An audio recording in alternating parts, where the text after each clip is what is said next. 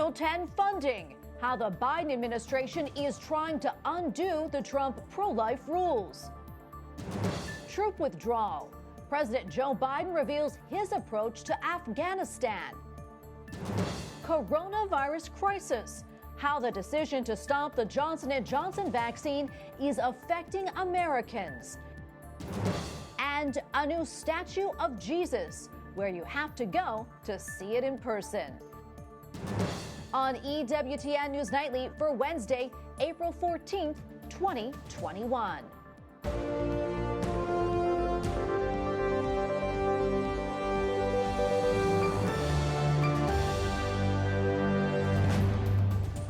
Thank you so much for being with us tonight. I'm Tracy Sable. The Biden administration makes a major move to aid Planned Parenthood, that is, just as pro-lifers feared. It has begun the process of reversing the Trump administration's ban on Title 10 money going to facilities that refer women for abortions. That ban cost Planned Parenthood millions of dollars. But now the country's biggest abortion provider stands to get more money. White House correspondent Owen Jensen reports. Owen? Tracy, just yesterday, the FDA okayed women getting abortion pills over telehealth. And today, the Biden administration makes a move that would force pro-life advocates and taxpayers to pay for abortion providers. I asked the press secretary about that issue today. It was a victory for pro-life advocates when President Donald Trump implemented the abortion referral ban. We know that every life has meaning and that every life is totally worth protecting. The policy prevented millions of taxpayer dollars from going to Planned Parenthood, but the Biden administration is reversing the ban. So today in the White House press briefing room, I asked this question. Why does the Biden administration insist that pro-life Americans pay for abortions and violate their conscience? First, that's not an accurate depiction of what happened. So and I know we want to be accurate around here. None of the funds appropriated under this title shall be used in programs where abortion is a method of family planning. The U.S. Department of Health now claims the Trump administration policy abandoned a client-centered approach over the objection of every major medical organization without any countervailing public health rationale. Title 10's been around for decades. Its clients, mainly low-income women. You talk about equity, if I may interrupt. How is it equity? How is it fighting systemic racism when abortion, we well know, disproportionately affects minority children? Again, funding cannot be used from this for abortion, but access to health care in communities that have been marginalized, underserved, adversely affected by persistent poverty is always going to be something the president fights for.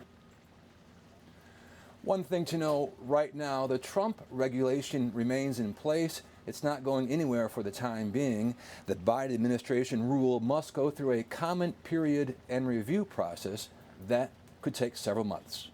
At the White House, Owen Jensen, EWTN News Nightly.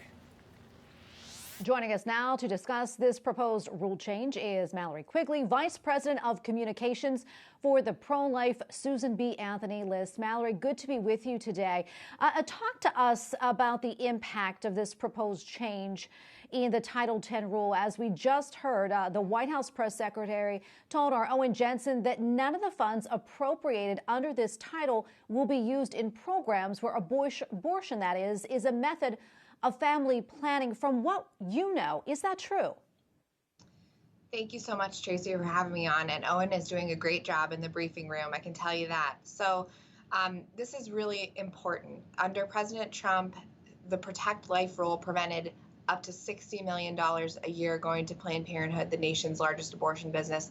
That was money through Title 10. What the press secretary neglected to say is that Title 10 money is basically a slush fund. It can be used to pay Planned Parenthood's electricity bills. It can be used for advertising. And it's not just the issue of referring for abortions. We're talking about now sending money, opening back up the floodgates of taxpayer funding to Planned Parenthood abortion facilities and other family planning clinics where they are doing consultations for contraception in one room, aka their family planning, and then abortions in the next room. They're co-locating abortion and family planning. So this is a complete violation of taxpayer conscience rights. Money is fungible, and they're going to use these dollars at will, say, to spend on advertising to get women and girls from low-income communities into the door for contraception, and then be able to sell them abortions, really violating that idea that they are a trusted healthcare provider for women and girls, when we know that they're all about their bottom line via making money off of abortion. Yeah, Mallory, as we know, this really isn't, a surprise, since President Biden actually campaigned to reverse President Trump's policy changes. That said, what do you think will ultimately happen here? Do you think it will take effect, or do you think at some point the courts will step in? I think that it's likely to take effect. The thing that the viewers, that pro-life Americans can do at home, is to flood HHS and the regulatory office with comments about this proposed rule. When it goes into the Federal Register tomorrow, there'll be 30 days of a comment period, and we want to delay it as long as possible by just having hundreds of thousands of comments from pro-life Americans raising their concerns, saying that they don't want their taxpayer dollars going to Planned Parenthood in this way. Ultimately, I expect that, this is a reflection. We're not hopeful that we're going to be able to prevent this from going into effect.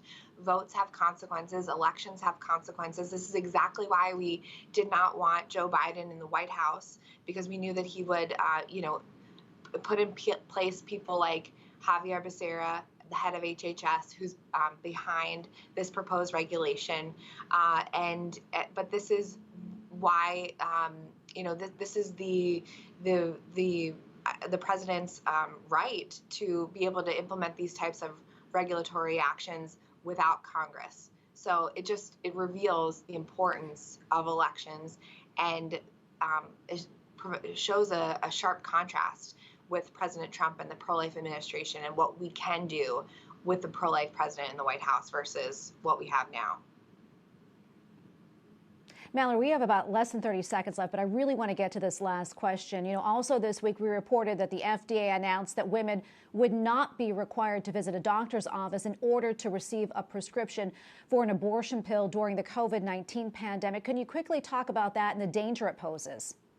Yes, this is a great danger to women and girls, women who are being trafficked, women who are being abused, just opening up the regulations and turning every mailbox into an abortion facility. This is pure partisan politics on the part of the FDA and the Biden administration, that they would allow the abortion industry to continue using the pandemic as an excuse to make abortions even more dangerous than they already are for women and girls, by putting them through that experience on their own. And it's a complete, reneging on responsibility that they have to the health and safety of women and girls in this country. Well, Mallory, thank you so much. I wish we had more time to talk, but we have to leave it right there. Mallory Quigley, Vice President of Communications for the Susan B. Anthony list. Thanks again. Thanks, Tracy. Well, on Capitol Hill, House Democrats are barely holding on to their majority after another pro-life Republican was sworn in. Julia Letlow was sworn in by Speaker Nancy Pelosi today. The Republican from Louisiana made history, winning the House seat to succeed her late husband, who died from COVID-19 before he was supposed to be sworn in. President Joe Biden makes his first address to a joint session of Congress on April 28th. He is expected to discuss his $2.3 trillion infrastructure package. This year's speech takes place just before President Biden's 100th day in office. The former police officer who shot a 20-year-old black man near Minneapolis last Sunday will face prosecution on charges of second-degree manslaughter. Meanwhile, last night in Brooklyn Center, you will be violating Minnesota State Statute 609.50, obstructing legal process. Several dozen were arrested during a curfew enforcement. The latest protests were sparked by Daunte Wright's death during an attempted arrest, compounded by tensions from the ongoing trial of a former Minneapolis police officer in last year's death of George Floyd. Bernie Madoff, the convicted financier behind a massive Ponzi scheme, has died in a North Carolina federal prison. Madoff pleaded guilty 12 years ago to securities fraud and other charges. He said at that time that he was deeply sorry and ashamed. Last year, a court had denied his request for parole due to medical conditions. Bernie Madoff was 82 years old. The White House admits that there may be a short-term drop in COVID-19 vaccinations now that the government paused the rollout of the Johnson & Johnson vaccine. Yesterday's action should give the American people confidence in the FDA and CDC, the thoroughness of their review process, and their commitment to transparency and protection of public health. The J&J vaccine came into question after 6 women developed blood clots. It's not clear if it is a direct link, and the cases are considered rare, less than 1 in a million. The COVID-19 response team says that there is still more than enough Moderna and Pfizer vaccines to continue vaccinations. Coming up, worldwide threats. How the Biden administration is approaching Afghanistan and other hotspots around the globe. And royal duties. Queen Elizabeth returns to work following the death of her husband.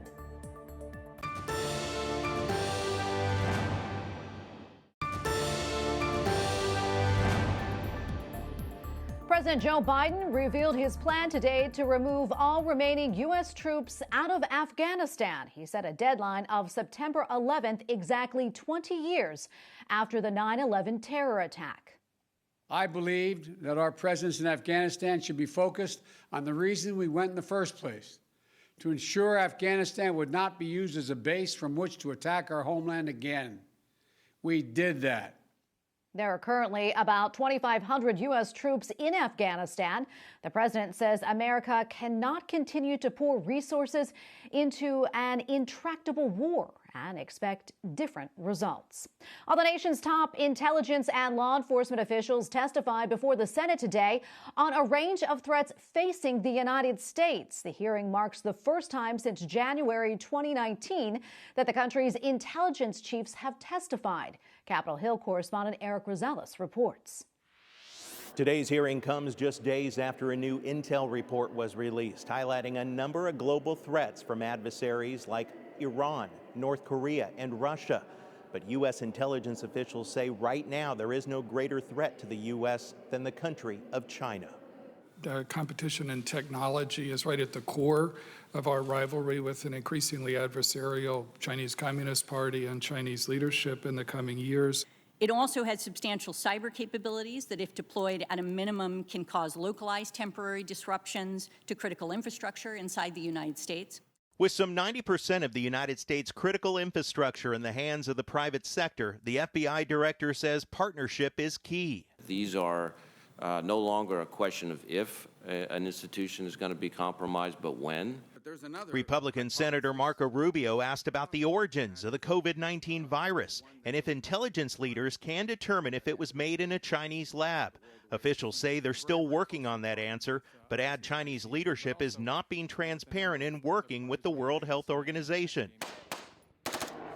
With President Biden's announcement about withdrawing all U.S. forces from Afghanistan by September 11th of this year, lawmakers wanted to know the effect this could have on both al-Qaeda and ISIS. There is a significant risk once the U.S. military and the coalition militaries withdraw, but we will work very hard at CIA and with all of our partners to try to provide the kind of strategic warning to others in the U.S. government that enables them and us to address that threat.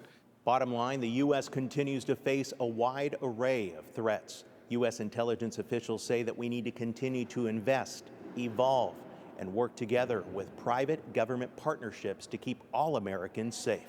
At the Capitol, Eric Rosales, EWTN News Nightly.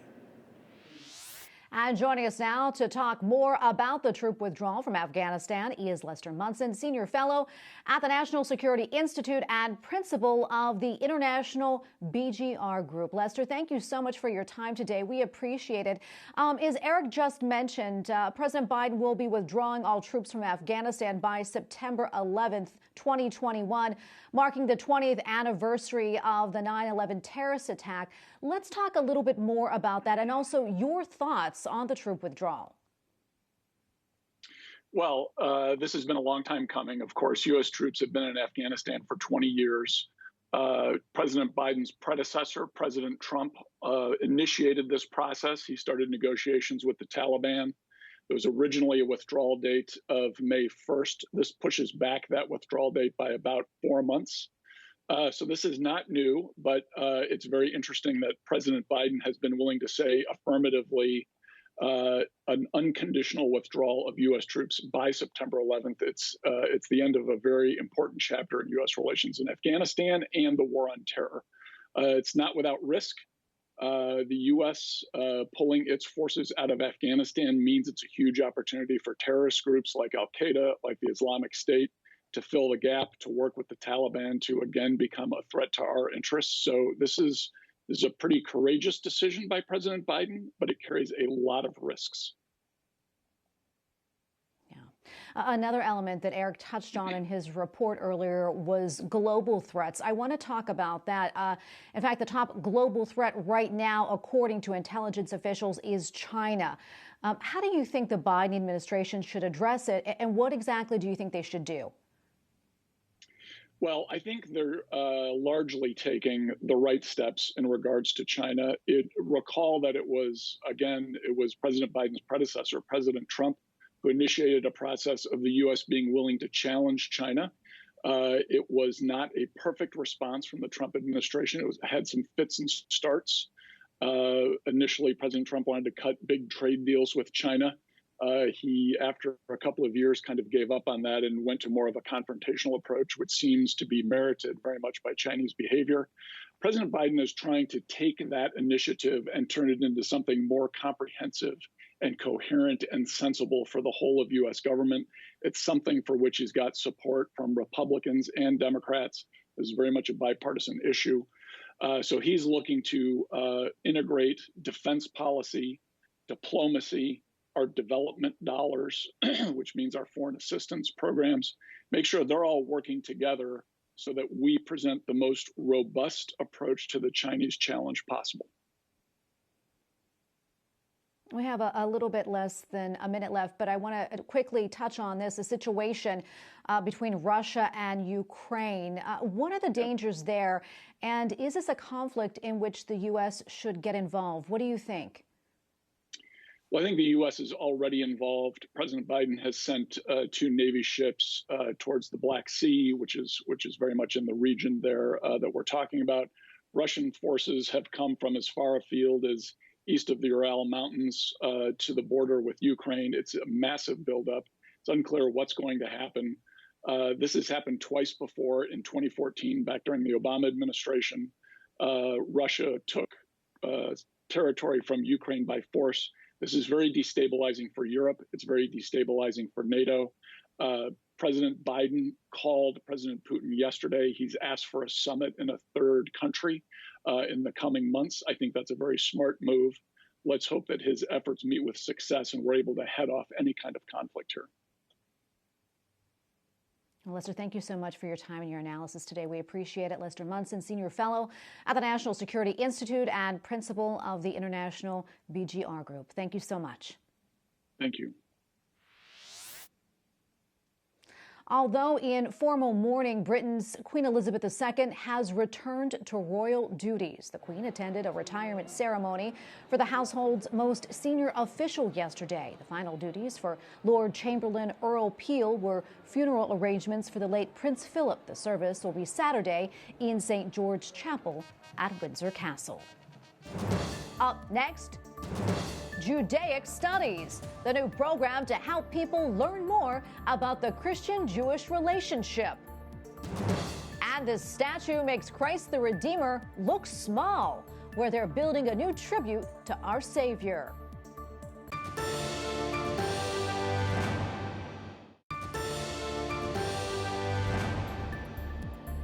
For the first time, a pontifical university is offering a licensed degree in Judaic studies.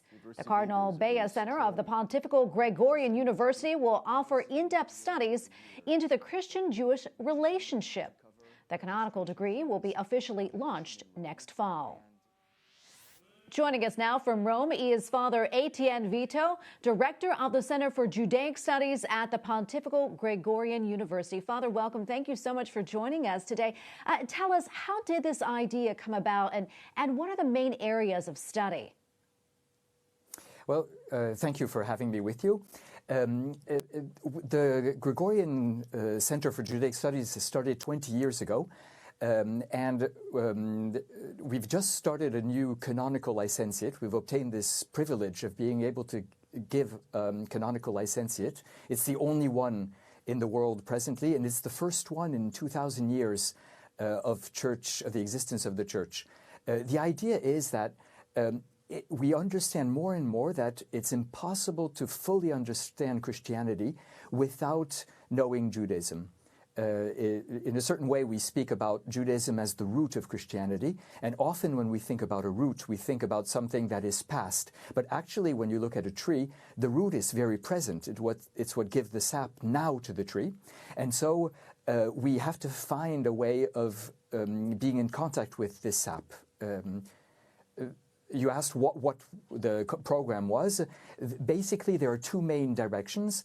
60% more or less of the classes are given on Judaism, Jewish history, philosophy, rabbinic literature, also culture and art, and of course contemporary Jewish thought and Jewish prayer and liturgy. And about 30% of the program is on Jewish-Christian relations. So the history of our relations and how being in contact changes the way we perceive the other and the way we understand ourselves. And why do you think it's important for Christians to study Judaism, and why do it in Rome? So, it's fundamental in a certain way for Christians to study Judaism. This is why the Vatican has given us this new type of licentiate. It's a way of recognizing that it's fundamental in the sense that, for example, how can you understand the New Testament without its context? How can you understand who Jesus really is without his context? And we realize more and more that the fathers of the church and rabbis were in contact and influencing each other.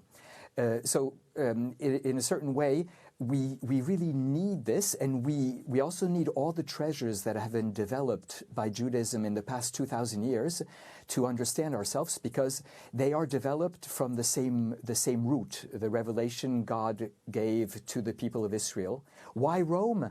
Well, Rome is a central place because it's the oldest Jewish community in Europe. That means we have the possibility of going to the synagogue, of meeting Jews in their daily lives. Half of the classes are given in tandem. Half of the faculty are Jewish scholars. This is a very fundamental aspect. Pope Francis, for example, had an audience with our center, and he said the witness of Jews and Christians teaching together and studying together is worth more than 1,000 words. So that's one of the reasons why studying in Rome is useful. Also, we're close to the Vatican, where a lot of authoritative Jewish-Christian dialogue is happening, and so that allows us to be in touch with the latest steps and the most important people who are working in this field. Oh, Father, thank you so much for your time today. This has been a great conversation. I appreciate it. Father Etienne Vito, Director of the Center for Judaic Studies at the Pontifical Gregorian University. Thank you again. Thank you. Pope Francis says praying and working together keeps the world moving forward. E la preghiera è quella che apre la porta allo Spirito Santo, che è quello che ispira avanti. At his weekly talk in the Vatican, the Holy Father says everything in the Church comes from prayer. Without it, nothing changes or grows. He adds the lamp of faith will always be lit as long as it is filled with the oil of prayer. And the Church's mission is to pray and teach others how to pray. A new statue of Christ is being built in Brazil, which evokes Rio de Janeiro's more famous one. It will be called Christ the Protector. Pilgrims will have to trek to Encantanto, a small coastal city about 1,000 miles south of Rio de Janeiro. The new statue will be 16 feet taller than the 90-year-old Christ the Redeemer, which had almost 2 million visitors a year prior to the coronavirus. We thank you for watching tonight. For the entire EWTN News Nightly team, I'm Tracy Sable. Good night and God bless.